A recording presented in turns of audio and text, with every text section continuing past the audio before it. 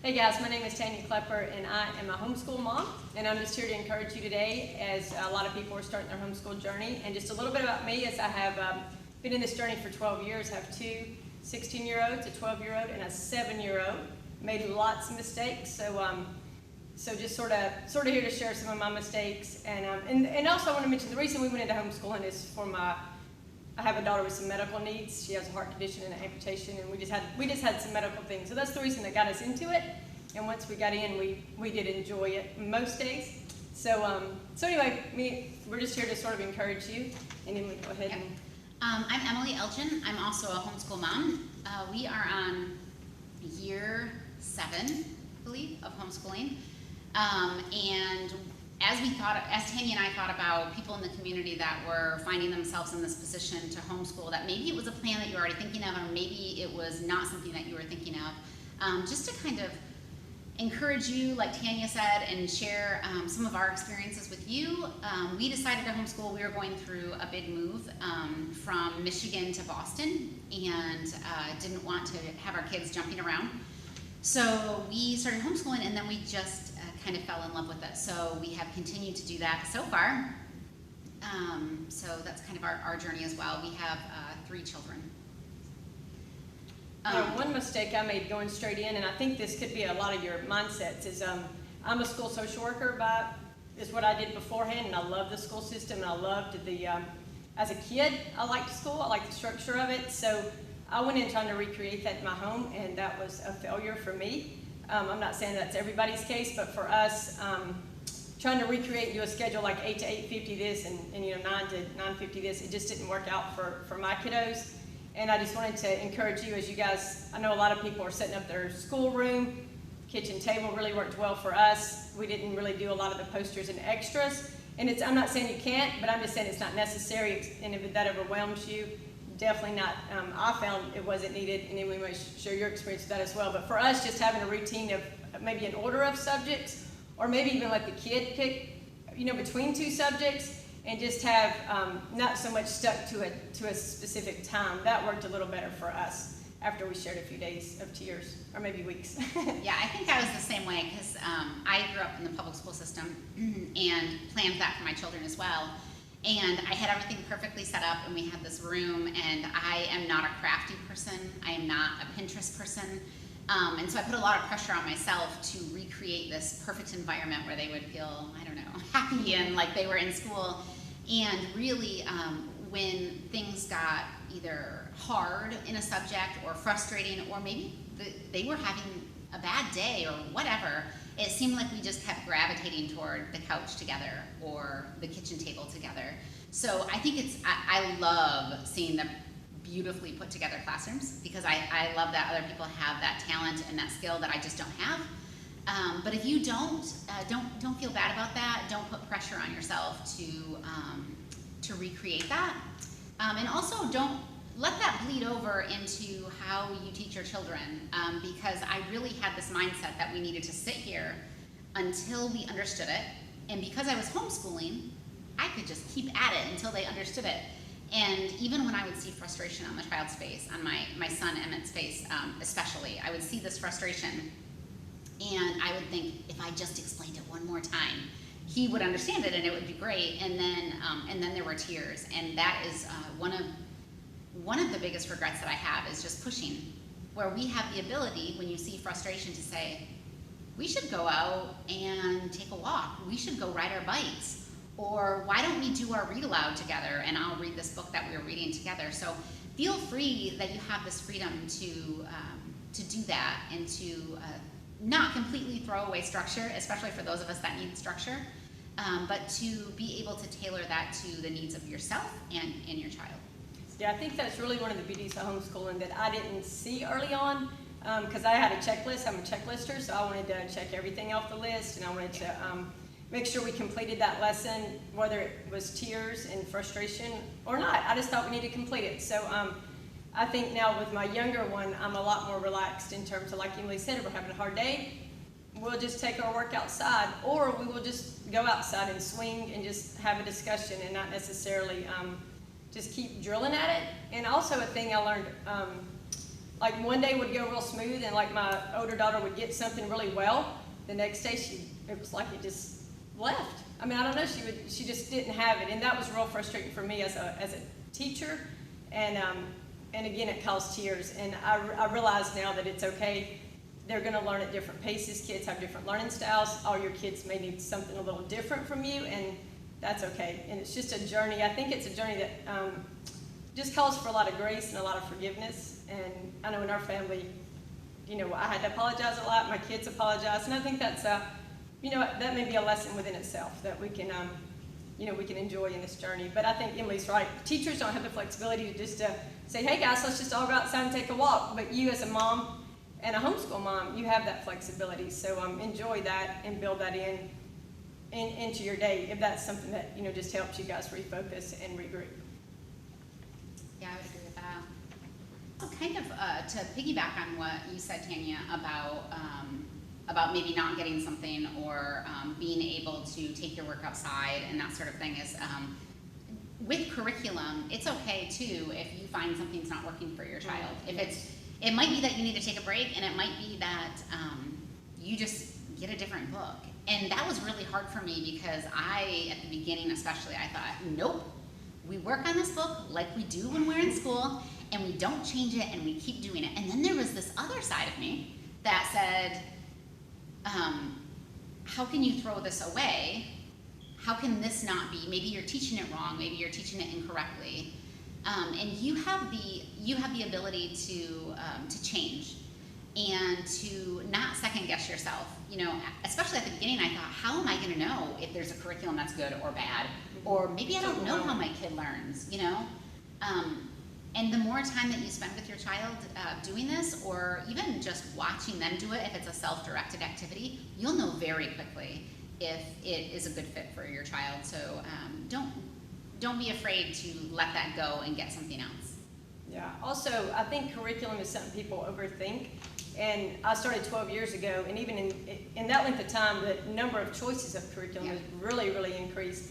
And I think at a young level, I know everybody's have different age kids, but I don't think curriculum is going to make or break your homeschool. I think showing up with some good books, ready to enjoy those and have, you know, good conversations, and then just throwing a little phonics and math in, I honestly think that's enough for those young kids. If you want to add science and social studies and some of those, you're welcome to, but I don't think, I wouldn't overwhelm yourself with that. I would start sort of simple and phase into this, especially with young kids, because I didn't do that. So I'm speaking from experience of trying to overplan, overpack our schedule, because, you know, I saw what everybody else was doing, and that was sort of a trap to think, oh, well, I should do that too. And, you know, you can only do that too so many times before it's just a little overwhelming.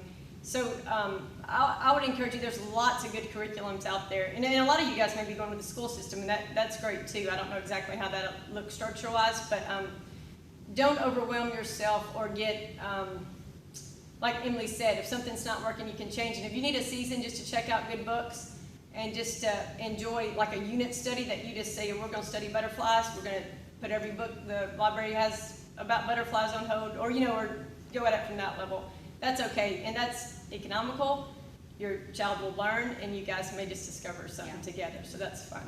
And I remember when someone said to me when my children were very young, just teach them what they want to learn. And I thought, that is the worst thing to tell a type A person.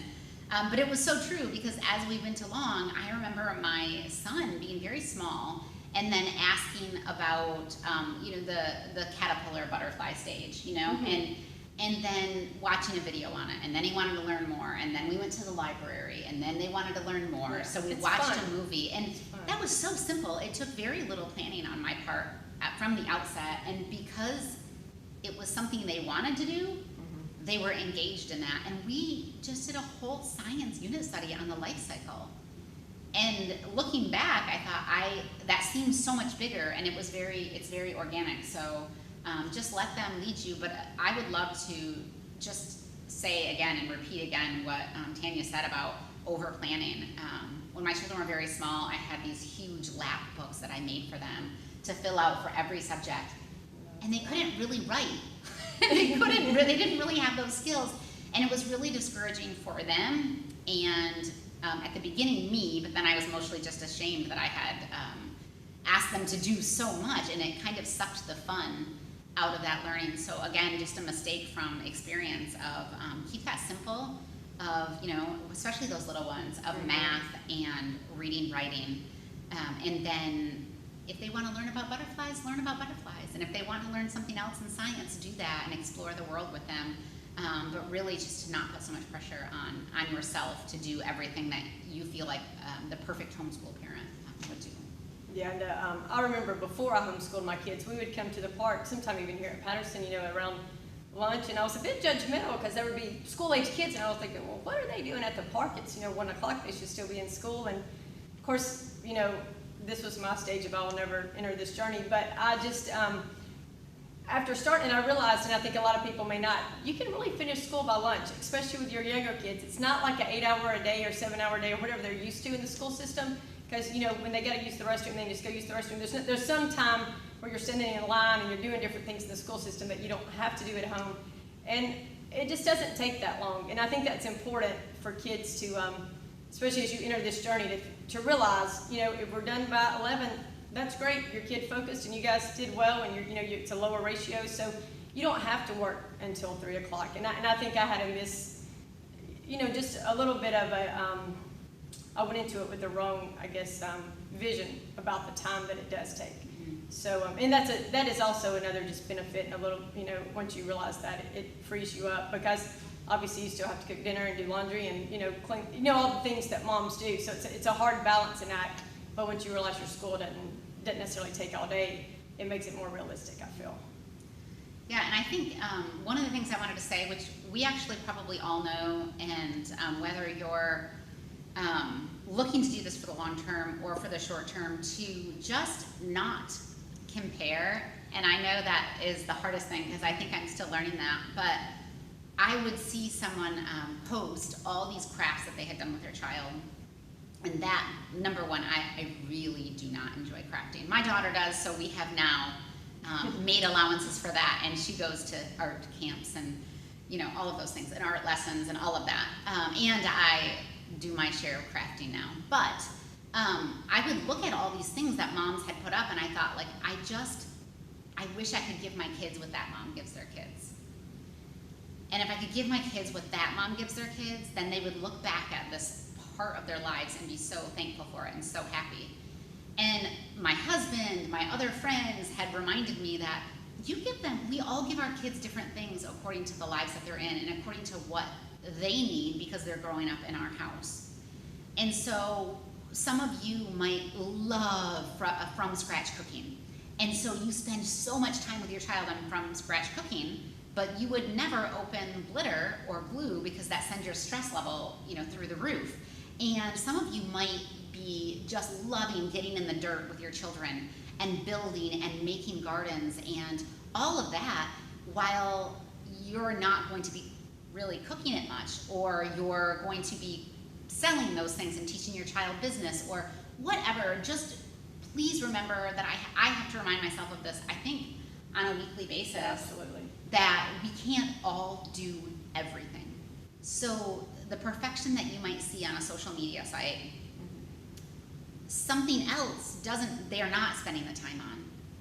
And so while I might be spending the time on something else and not spending it on crafting, we all are trying to give our kids what they need and what we can give them.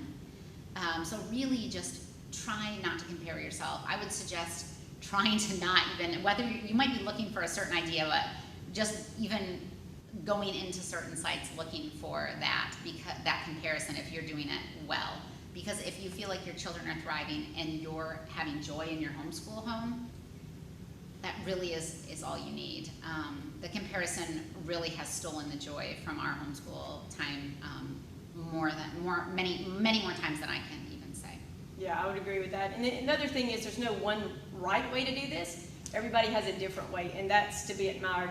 So like Emily was saying, you know, find what you enjoy, and maybe find what your child enjoys. I know my son introduced me to a praying mantis, and we ordered praying mantis eggs for a few years, and they hatched. And, you know, I never really thought about praying mantises, but it was just an interesting to see him take the lead, and then our family got sort of invested in that. So, and we didn't post all that, but, you know, that was an interesting experience for all of us, that didn't take much time or money or craft material, so it was good. But yeah, Emily's right. I think it is really hard and really easy to get in the comparison trap, but really hard to get that mom guilt. So give yourself a lot of grace. I would also say, think of what feeds you. Like for me, taking a walk is good for me. That relaxes me. Reading aloud actually is. I'll enjoy that. That's something that sort of relaxes me. But I think that's important. Early on, I didn't do any of that stuff for myself just because I was just, I don't know, I was just spinning my wheels trying to keep things afloat. And I know if you have littles, taking a walk could be hard, but maybe when they're napping, or I know parents that send their kids to the room an hour a day just to have quiet time, and the parents able to have some quiet time. That's important to take care of your mental health and your physical health as you enter this season. Because there will be hard days. There will be days of tears. I mean, I would think it would be abnormal not to. But I guess how you react to those is the main thing, is just to try to just switch gears and know each day's new, and you know, you can make it a joyful journey, but you have to be intentional, I feel. Mm-hmm. I feel like you can get in that rut of comparison and just feeling down and bogged down, and of course I talked to a mom today, and her child doesn't want to do distance learning, you know, and he's in 5th grade, and so, you know, there's a lot of dynamics and a lot of lenses to look at this through. So I think a lot of grace and just a lot of, you know, like Emily said, maybe some child-led activities, and that way they're feeling invested and they're being heard. Because I know the kids they're hurting through this. Yeah, these are, I think many children are going through this. It wasn't their choice. Right.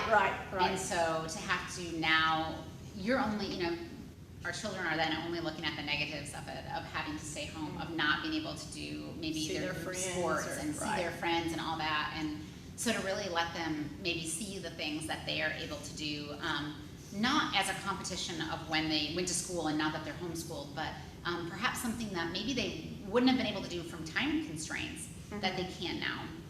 I think that's really important, and I love what Tanya said about feeding yourself, about giving yourself some space to breathe, because it is so important. It's that whole analogy about, you know, you can't pour out any water if your bucket's empty. So really just doing that thing, maybe nightly, maybe every other night, where you can have some time to not think about curriculum, to not think about school, to not be worried because your child snapped at you and how are you going to try to help them with that, or, you know, none of those things, just maybe a run or a walk or chocolate while you read a book, or like anything like that. So just remembering that for yourself. And then also one of the last things I wanted to talk about too was we're going to put some links up that we found that have been helpful for us, and I know a lot of you dads or moms, whoever is going to be the primary homeschool parent, or maybe you're going to share it, don't feel bad or guilty for needing to utilize some of the things online that you need to help you. There may be, I know a lot of us are working from home, a lot of us maybe have spouses that work from home, that we need some time where the child can be autonomous. There are many good links out there, many good apps that kids can use that are fun and engaging, that will aid in their education, or even be part of their curriculum in education, where you can get a call in or a meeting in, or that sort of thing. So you're not giving your child less if you need to go to a meeting or do the obligations that you have as well. Because again, this doesn't have to be a 8 in the morning till 3 in the afternoon kind of thing. Absolutely. And I would say too, in closing, just I think reading aloud's been good for our family. That may not be every family's journey, but I think it's I think if you start doing that, you'll enjoy it, and your kids, it just engages conversation. And if you have older kids that can read to youngers, or if you just can do a family, you know, a series of books, it just, for us, I think it helps. My husband will engage in that part of our homeschool, and I think it just sort of helps bring unity. And then everybody, you know, and then we talk about it, and we have memories of that. And I know I'll put this link, but Read Aloud Revival, I know she has some great book lists, and Sarah McKenzie is the lady that runs that, and she's written a book, Teaching from Rest. I would personally recommend it. I think it's a good just book to allow you to breathe as you enter this season. And she's, to me, she sort of has a calming effect. So she does have a blog, and you know, she has all those goodies. But I think her book lists are good, and I think if you do nothing else but start the journey thinking, let's do some read alouds, and just, you know, I think that's a good start to phase into this, and I think your children will enjoy it. I know mine from all four, and even my younger one, it took her a while to start enjoying that, but she'll now listen, and of course she needs to keep her hands busy, and that's another thing they can't do at school that you can do. Kids can play with Legos while you're reading aloud, they can color, they can knit, whatever they enjoy doing is a good thing for them to do that, and they can still listen and comprehend a book. And I know that's harder to do in a classroom setting, but there's just a lot of freedom in homeschooling if you'll look at it from a positive lens and see those little, I guess those little tokens that you can take advantage of. It'll make the journey, I think, more joyful. Yeah, I would agree with that.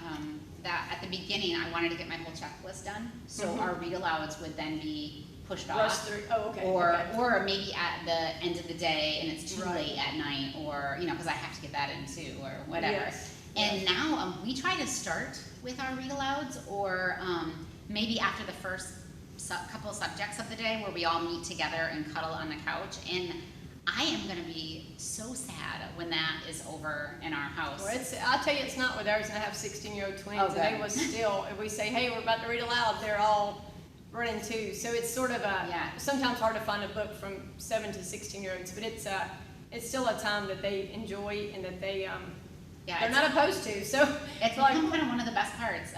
People don't want to, if we do it maybe at 10 in the morning, sometimes after dinner or before bed, can we just read a couple more chapters of that? Yes. And that is something that, like you said, we can kind of all come together after the day, whether our spouses are homeschooling with us or if they're working all day, that we can kind of have that together. And then, we have competitions on whose voices are better for certain characters. And, it's a dynamic that I love. It's one of my favorite parts. Yeah, I like it too. And just a plug for the library, they let you put stuff on hold and you can just pick it up. So, it's a great resource. It's a free, obviously your tax dollars, but it's an affordable resource, and it's and I just appreciate them allowing us to even play stuff on hold, and that way you're not digging through shelves of books looking for stuff. So I would just enjoy that as a resource. And like Emily said, there's tons of resources online, and also tons just in our community, especially in Rutherford County. Don't get mixed up and feel like you got to do all of them, but there are tutorials and classes and just a real wide range of resources. So if you want to take advantage of those, or you feel like that would be good for your child, I would say there's something out there for them, depending on what they're interested in.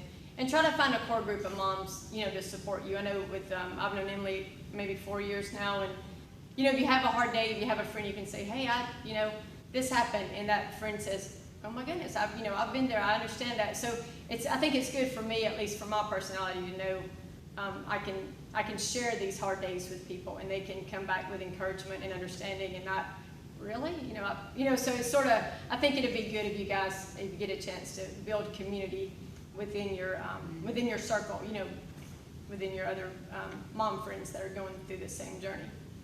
Yeah. So that's good. And I would just end with show yourself a lot of grace and your kids a lot of grace, and find joy each day. And enjoy it. I mean, there have definitely been days I have thought of sending them all off to a boarding school, but most days, I would say almost every day, there is the joy, especially if I will look for it in this, that has been very beautiful for our family, and I'm excited that it's going to be beautiful, whether you find yourself that you've already planned this, or whether it's a surprise for you, that this is going to be a beautiful journey for your family as long as you decide to do it.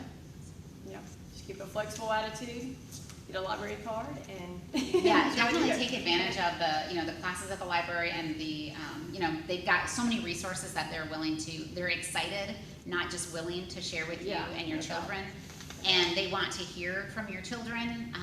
It's just been being part of this library has been kind of just a joy for our family. Yeah, I would agree with that. So good luck, guys. And there will be some resources attached to this somehow, of some websites and things that you guys, I know the two I wanted to mention was Art Hub for Kids, which is an art that's free and very well done. And then Sarah McKenzie's site is Read Aloud Revival, and Emily's going to attach some nice sites as well that you guys may be very helpful in your journey.